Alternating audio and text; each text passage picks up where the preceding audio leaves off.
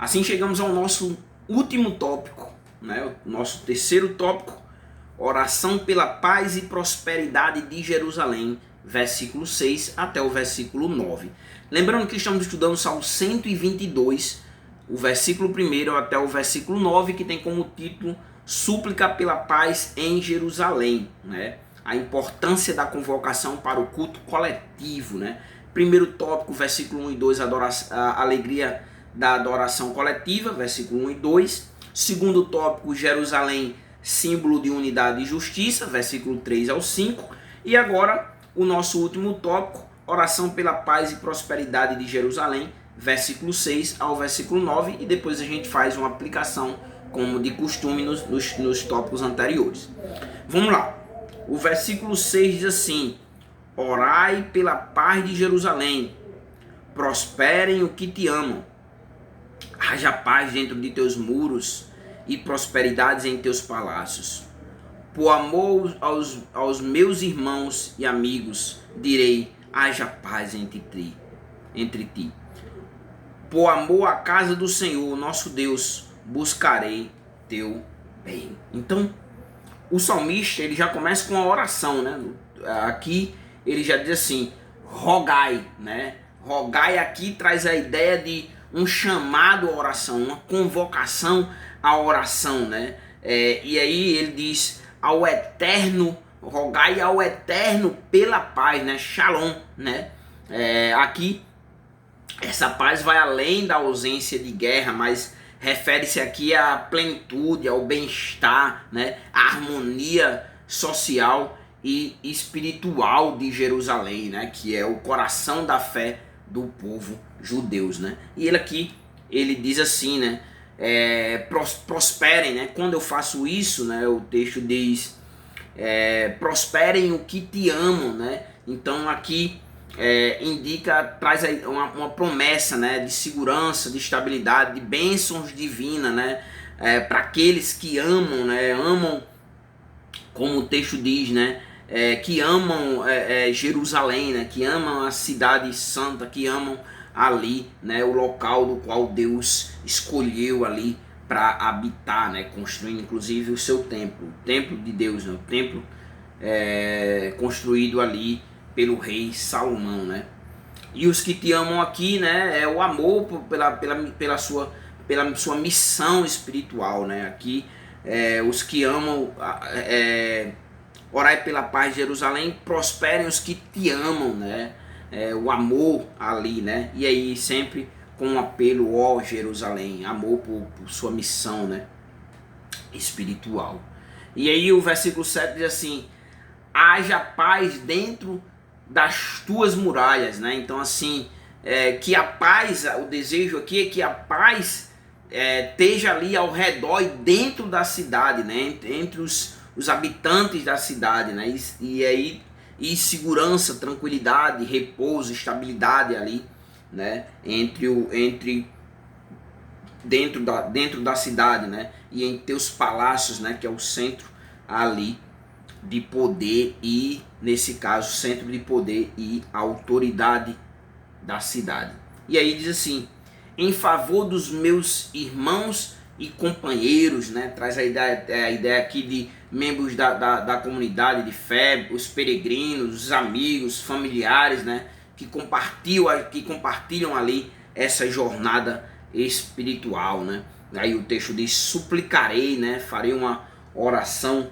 Aqui traz a ideia de uma oração fervorosa, né? E aí ele diz, a paz esteja contigo, né? E nós chegamos ao último versículo, né? Que diz assim, por amor, versículo 9, por amor à casa do Senhor, nosso Deus, buscarei teu bem, né?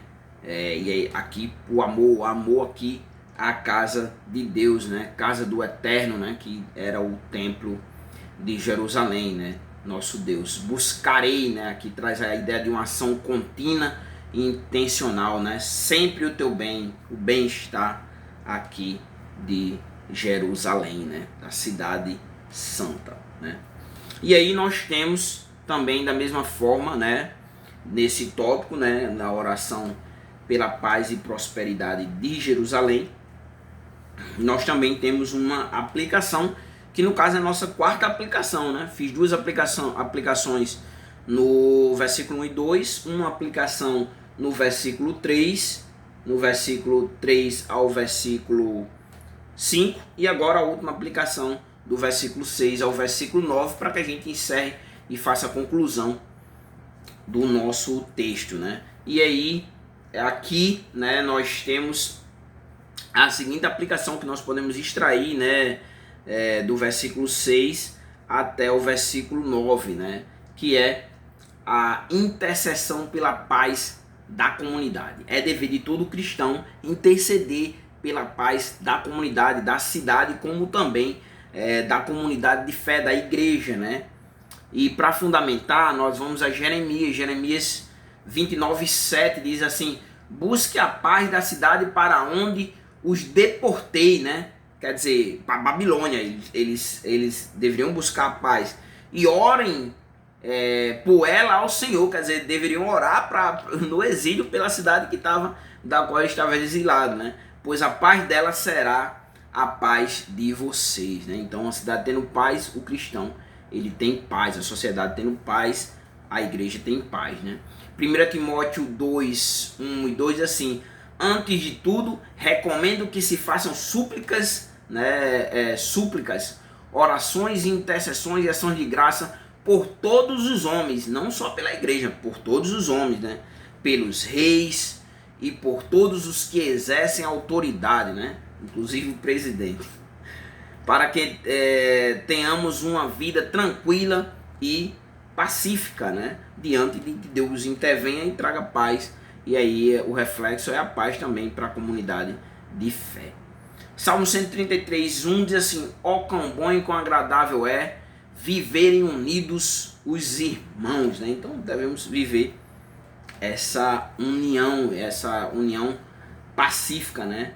E devemos orar também pela comunidade de fé para que entre nós também haja essa união, né? Para que entre nós haja paz, né?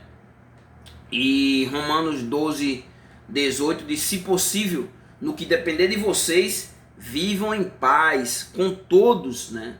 Então, nós devemos, no que compete ao cristão, também o cristão, além de interceder, ele deve fazer por onde que haja essa paz entre a comunidade, né? Entre aqueles que dependem, aqueles que convivem com você, trabalho, faculdade, onde quer que seja, né? No que depender de você, busque sempre promover a paz entre todos, né? Vivam em paz.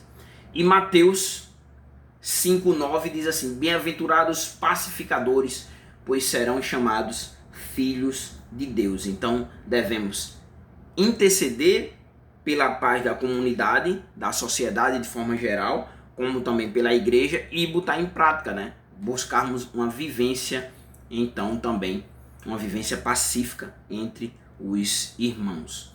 E aí nós chegamos à conclusão. E a conclusão nós vamos aqui relembrar aqui o que nós extraímos dos textos aqui, o que nós aplicamos às nossas vidas. Primeiro, que o cristão ele deve cultivar, né, alegria por estar na presença de Deus, né?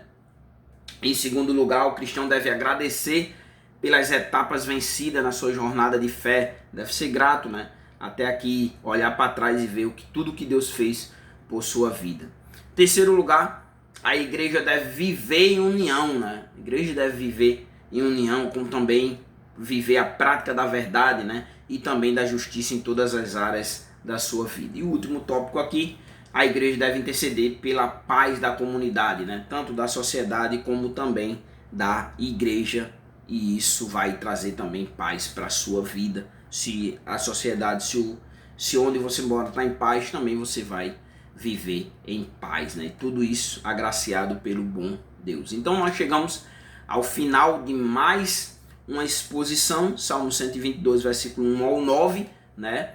Se você não é inscrito no canal, se inscreva no canal Ciência da Religião e Teologia, deixa aí o teu like, aciona o sininho, né? Compartilha esse vídeo para que outras pessoas também possam ter acesso à cultura religiosa. E nesse caso aqui, há um trecho do texto de Salmos, do livro de Salmos, que compõe o Antigo Testamento da Bíblia cristã, né? E também do texto judaico, né? É isso e até o próximo vídeo.